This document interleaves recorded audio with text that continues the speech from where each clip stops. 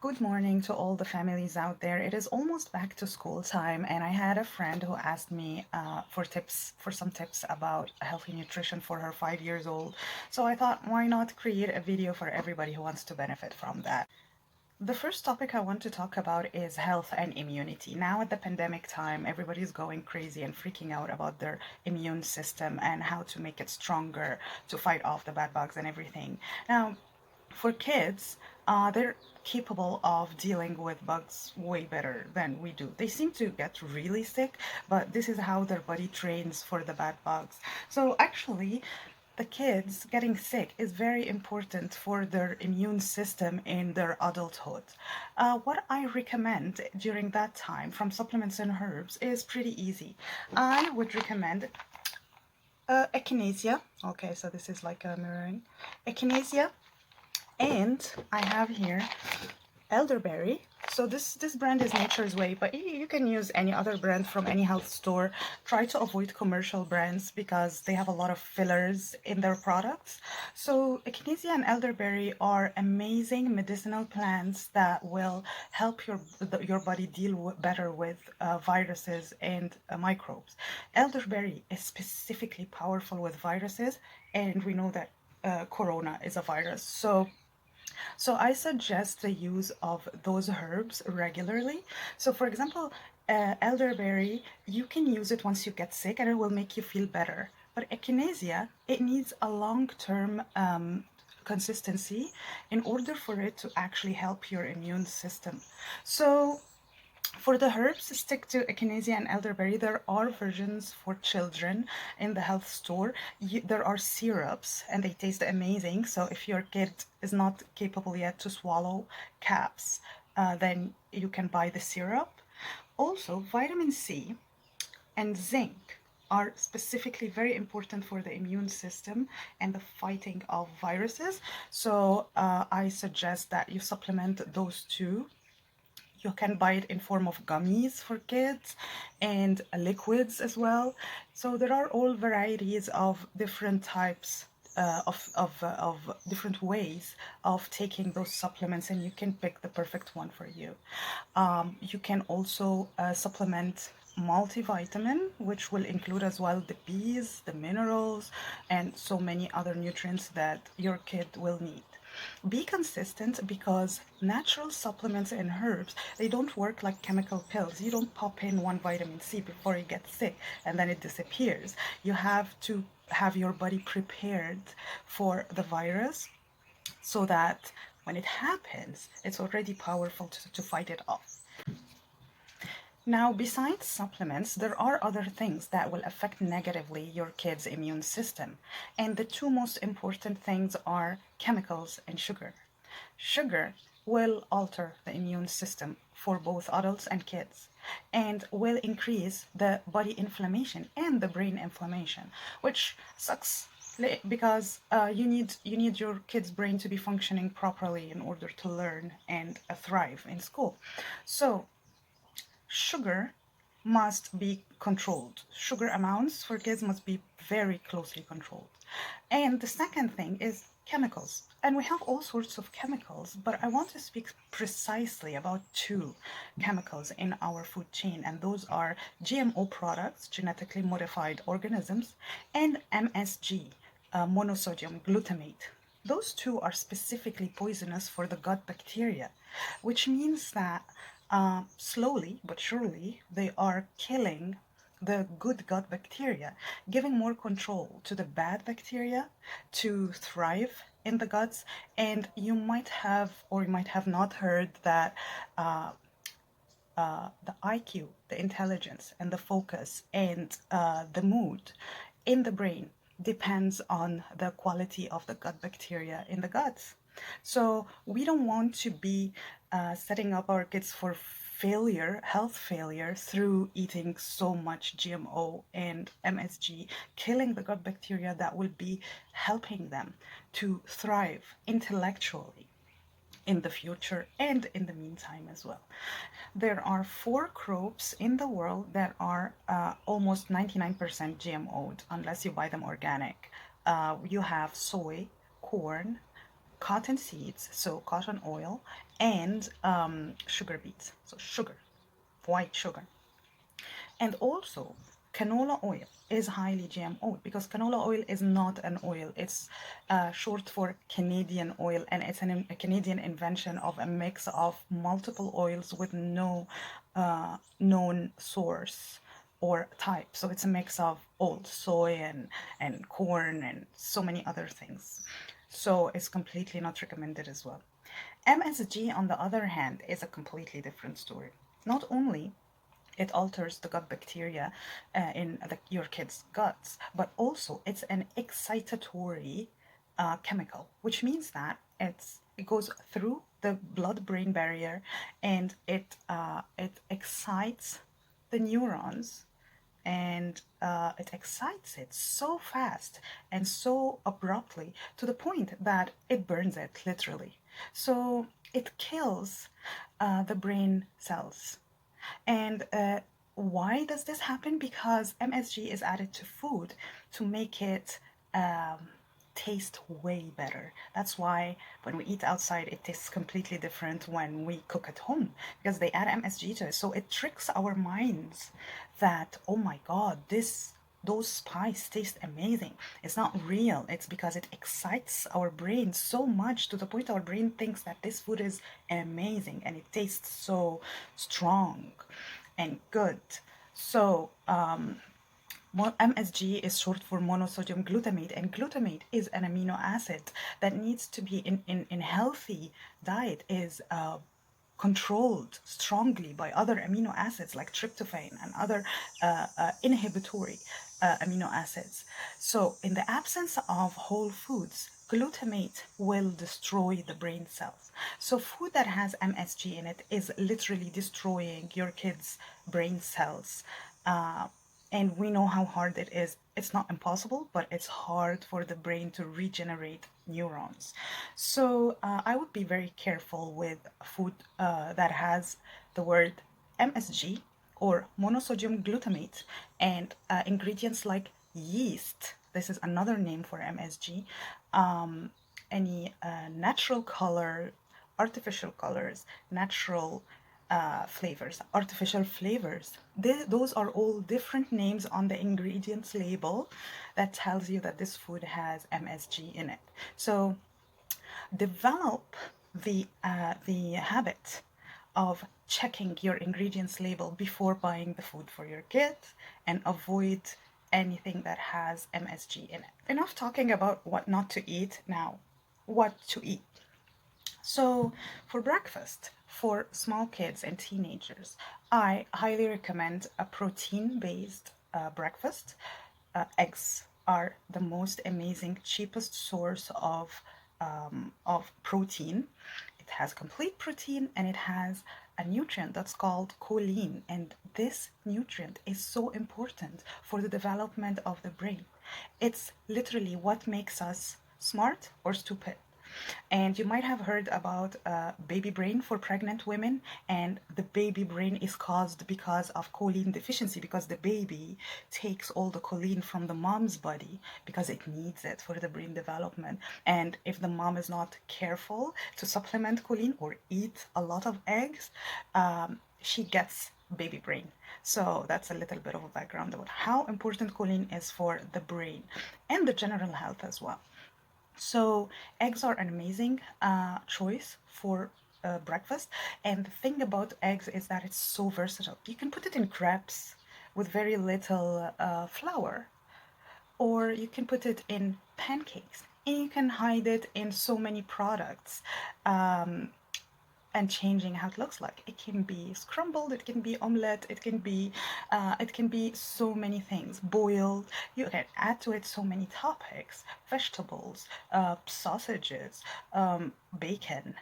You can really play a lot with eggs. So I would recommend that eggs would be always your first choice and consistent choice for your kids for breakfast. What should be completely avoided in breakfast? I would say cereals. Cereals with all its kinds and types, regardless if they are organic, non-GMO, they are made of sugar. And this the use of cereals on long term with consistency every day is setting up your kid for insulin resistance. The worst thing we can do to our body is feed it sugar upon waking up, because um, because insulin control starts with the first meal of the day. And if you start the first meal of the day with a meal that will spike up your insulin levels, it's going to stay spiked up for the rest of the day. It's going to take forever to go back to normal. So I completely do not recommend cereals to be at home. Don't make it an option. Make other healthy choices an option at home. Uh, Yogurts with fruits are an option. Eggs, as I said, and any other healthy protein options, organic sausage or bacon or burgers, even if it's homemade or if it's made of trustable source meat, is way better than feeding your kid sugar first thing in the morning. And adding milk to it will not help, because milk is sugar too. Milk is made of lactose, and lactose is sugar. So you're adding sugar on sugar and feeding this to your kid, increasing the inflammation of their brain and lowering their focus ability. Now, sugar will affect the focus negatively, but fats, good fats, will affect the focus of kids and the cognitive functions completely positively. And the healthy fats are all animal fats, butter, lard, fats in meat, and coconut oil, olive oil, avocado oil, anything other than corn oil, canola oil, and soy oil. Other terrible sources of sugar at breakfast time are Nutella and jam. I suggest, if your kids like this type of breakfast, to make your own Nutella of hazelnut butter, cocoa, and some erythritol, stevia, or monk fruit sugar substitute. Those are natural, completely safe, and they do not have the same effect on your kid as sugars. Make your own Nutella, make your own jam with real fruits and gelatin, and also erythritol, stevia, or monk fruit sugars, and that way it is a sugar-free meal for breakfast. My last recommendation for breakfast is, if your kid doesn't want to have breakfast, do not force them to do it. The myth of breakfast is the most important meal of the day was actually created by the great master Kellogg, who was trying to create an amazing marketing strategy to sell more of his products, which were cereals. So cereals, you eat it in the morning, so he wanted to make as many people as possible focused so much on having the most important meal of the day.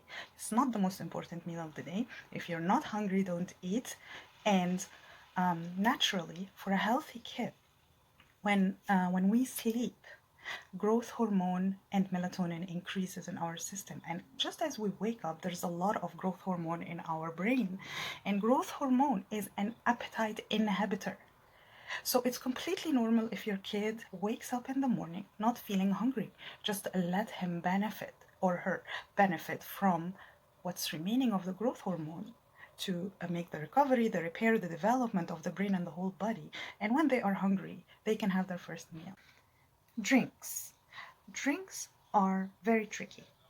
The best drink you can ever give to your kid is water. That is the most important one. You can play around it by giving them naturally flavored water, maybe a little bit of lemon juice on it, or maybe steep some herbs like lavender in it. But water is very important for your kid. When you give something else besides water to your kid to go to school, he or she will have priority to drink the sweeter option, which is the juice or the pop. So my advice to you today, try not to create the culture of drinking while eating. Give them lunch with the fruits and water. That's it. No pop, no juice.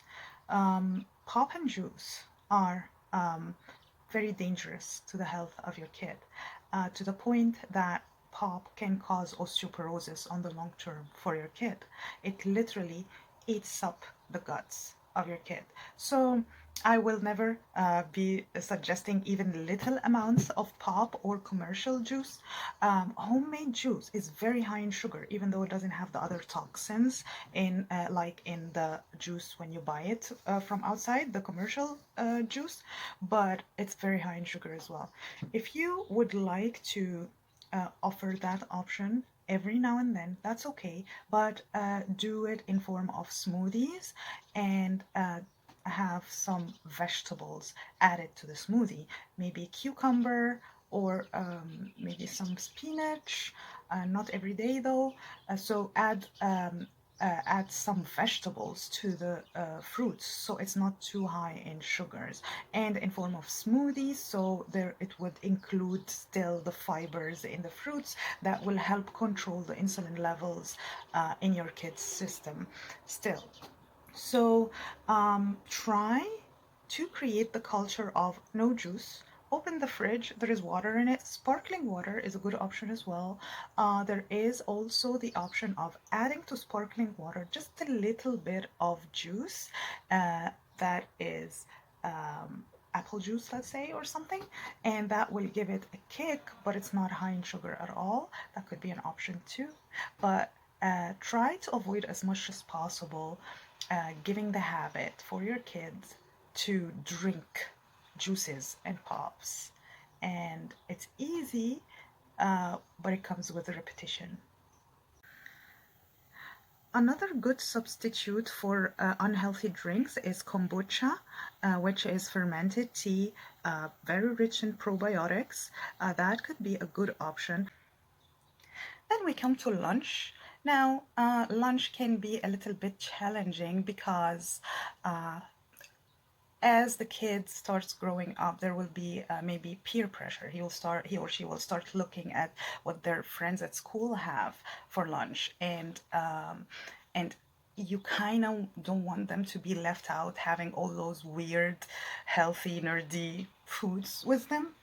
So I would say this is the meal that you can allow, if I may say, unhealthy food every now and then. But my main recommendation for you is to talk with your kids. I have lived a few years in Germany, and the way people will deal with their kids starting 3 years old is just talk to them as adults and explain things as they are, not trying to simplify, because it kind of gives your kid the feeling that you actually have respect for their intelligence, their needs, and what they want, and there is a healthy conversation between you and your kid. So talk to them, explain to them why sugar is bad for you, why sugar can affect your efficiency at school, and why it would make you hyperactive, then all of a sudden very tired. Explain what's your point of view in not feeding them packed food or processed food. This will give them a reason for themselves to think when they see their friends at school, okay, no, those guys are not planning to be healthy people for the rest of their lives, but I have the plan to be a healthy person for the rest of my life. Therefore, I'm choosing differently.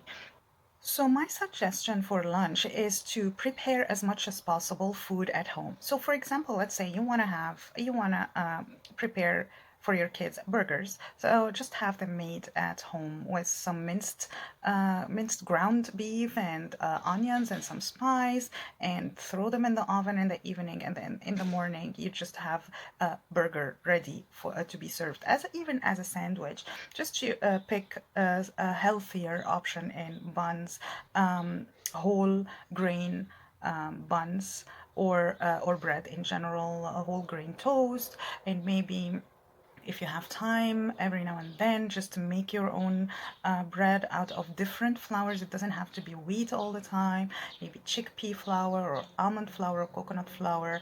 That also will give a chance to your kid to be open to different options of food, not to be focused on only wheat sandwich and meat, wheat sandwich and peanut butter.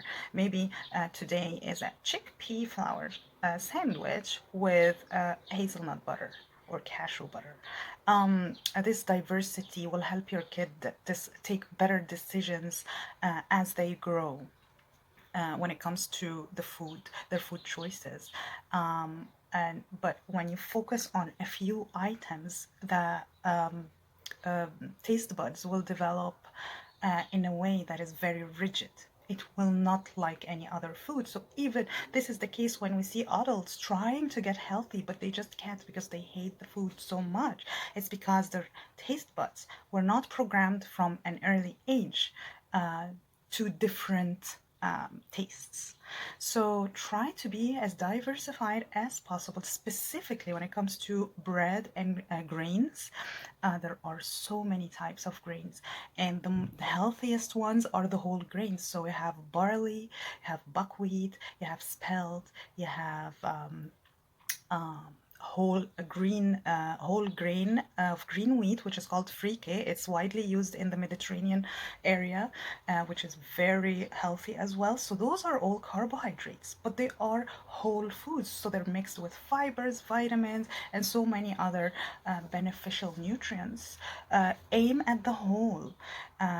When kids grow up eating only blanched white flour, they do not find the taste of fibers in the whole foods appealing, and it's very hard to make them like it after they got used to the taste of white, basically dead flour. So I suggest you try to make it diversify. Higher amounts of protein in lunch, a little bit of whole food carb source, which can be either grains or um, um, legumes or vegetables, and instead of candy, maybe some fruits. Fruit salad sometimes. Well, it used to make me happy as a kid, but I don't know about today's kids. But fruit salad, a mix of fruit or different type of fruit every day, rather than throwing in a bag of gummies that has like 3-4 times the amount of sugar of a fruit. So this doesn't mean that you will never give them something packed for their lunch. You can just aim at things with nuts. So some bars that has nuts, or protein bars, or if you are giving them gummies, try to buy the non-GMO gummies, because they are so rich in corn syrup, and we spoke about how corn is a GMO crop, so you don't want them to have a lot of that too. Any candy should be taken in lunchtime, so it's processed and digested and out of the system by the evening, so they can have good sleep. Avoid any candies after 5 p.m. because otherwise they will have trouble sleeping and they will be grumpy the next day. Dinner. Try your best to make your dinner from scratch, from fresh foods, and maybe involve the kids in preparing it with you. This is a good chance to connect with your kids, explain a little bit why you are preparing salad, or why you are cooking a whole grain rather than cooking just simple rice or pasta, and how to prepare proteins and what are the good fats. It's a good time to connect in general, even if you're not going to talk about food. But always make sure that you're passing those subliminal messages of how healthy it is to eat whole foods, good protein, good source of protein, whole grains, and all the little information. Don't be preaching all the time, because that could turn off the kids. But every now and then just mention something. Sometimes they even are so curious, they will ask you the questions. But the main idea in preparing your own dinner is to build the habit for the kids to prepare their own food.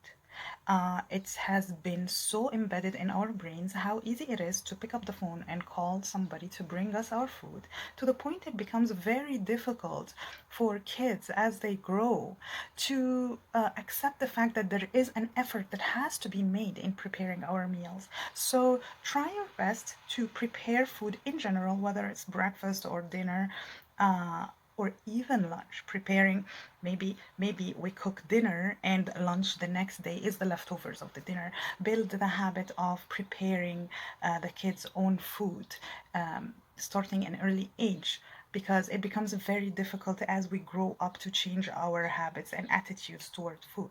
We need to make some work to have healthy, good food, and that is as simple as preparing our own meal. So, protein, as usual, try to be very low on carbohydrates in dinner time, because you want the natural way insulin works is that it starts dropping down around 6 p.m. If the person has a healthy diet, and then it reaches its lowest levels towards 11 p.m. And this is when melatonin, the sleeping hormone, will kick in. If your kid eats something very sweet, that spikes up the insulin during the time it needs to go down. This will cause that the insulin will be too high to the point it will not allow melatonin to be triggered and will give your kid bad sleep. So the kid will be wired at night. This means also, in the absence of melatonin, there will be no growth hormone released in your kid's brain. So he just lost one night of brain development because he ate too much sugar and the melatonin was not released, and consequently growth hormone was not released during the night, which is the most important time for growth hormone to repair, recover, and develop the brain and the body in general. So try as much as possible to avoid any sugars after 5 p.m. A dinner meal that has no carbohydrates except for salads and vegetables is the perfect dinner meal. Give the time for your kid's system to get rid of the remaining glucose, extra glucose in their blood, and have their insulin levels drop down to the proper level for the melatonin and growth hormone to be released properly at night. This is very important for the general health and the immune system of your kid. As for snacks during the day, my ultimate advice will be try to avoid having any snacks for your kid during the day. Do not develop the habit of continuously eating, because even though it has been promoted for so long, it is not correct for our body and general health. We need to give a break to our bodies between meals and during the night in order for the levels of insulin to be stabilized. So if you can, do not have the culture of snacks in your house. We have breakfast, we have lunch, we have dinner. If we missed one, we go to the next. And that will also help your kids stick to having proper meals, because if they missed one, they're going to be too hungry by the time the next meal comes. So, 1, 2 times, they will develop the understanding that, you know what, if I miss the meal, the next one is coming way too far from the breakfast time. If I missed lunch, I'm gonna have to wait from breakfast to dinner without munching on anything. So they will be more disciplined when it comes to eating their meals. And the other reason why I advise against having snacks is that you don't want to have their insulin spiking every couple of hours. That's what makes kids gain weight. As long as you have insulin in your system, your body is storing the excess glucose it's becoming from eating in fat form. So as long as your kid is eating, especially if it's carbohydrates, he or she are gaining weight continuously. And the only time when they are not gaining weight is when they are low on carbohydrates or when they are not eating and the insulin levels are balanced. So it's a culture that you will have to implement in your family if you decide to do so, but don't have temptation around. So don't have nuts bars around and ask your kids not to have a snack. They will see it, they will want to eat it. The best way not to eat a snack is not to have items that will be snacks options for the kids. The last advice I would like to give you is to walk the talk. Kids watch you and will do like you. If you tell them that vegetables are so healthy for you, but you don't eat vegetables on dinner, or in breakfast or whenever there are vegetables on the table, they will not like to eat the vegetables. If you say sugar is bad, but you are eating cereals in the morning, they will want to eat like you. So always think the advice you're giving to your kids, you have to be actually doing it. They have to see you doing it. They have to see you not eating bread every single meal. They have to see you choosing whole grains rather than rice or pasta. They have to see you adding healthy fats to your diet and talking about it, how good it tastes.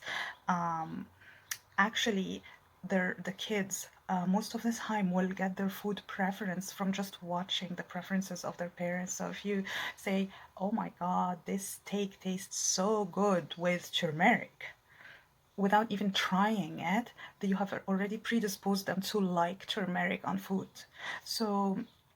So try to practice what you preach as much as possible.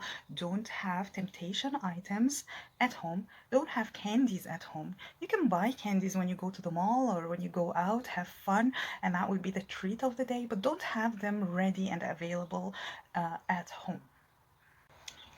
Also, always give your kids options. Do you want sauteed vegetables or salad?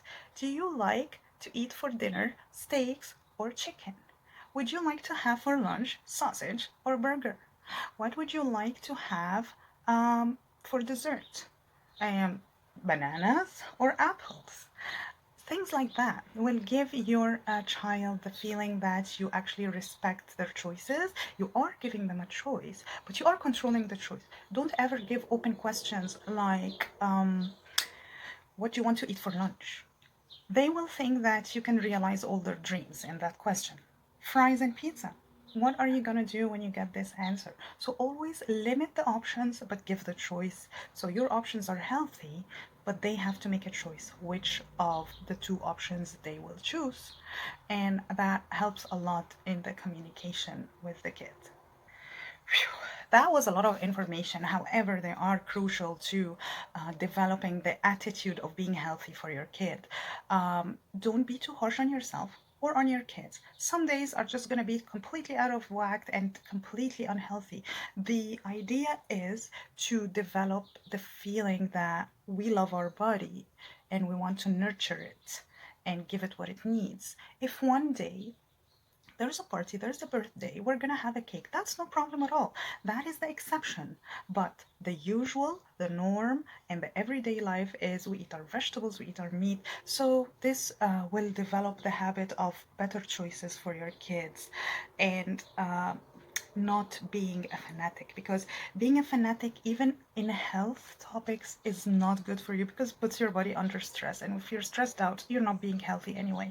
So be kind to yourself and act from a point of view of loving your body and wanting to nurture it, wanting to be smart and achieve great stuff, and do well at school, all the positive topics. One day we had a cupcake, one day we had a cake. That's okay too. We'll go back to the norm, which is eating healthy and making better choices. I hope this is helpful for you. Please share it with anybody who would find that useful. And happy back to school month. Wish you all the health and good luck with coming back to school. Take care.